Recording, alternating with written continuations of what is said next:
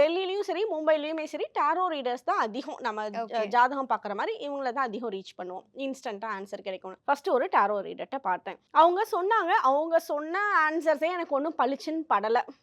ஒண்ணும் ஆன்சர்ஸ் தெளிவா இல்லாத மாரி இருந்தது.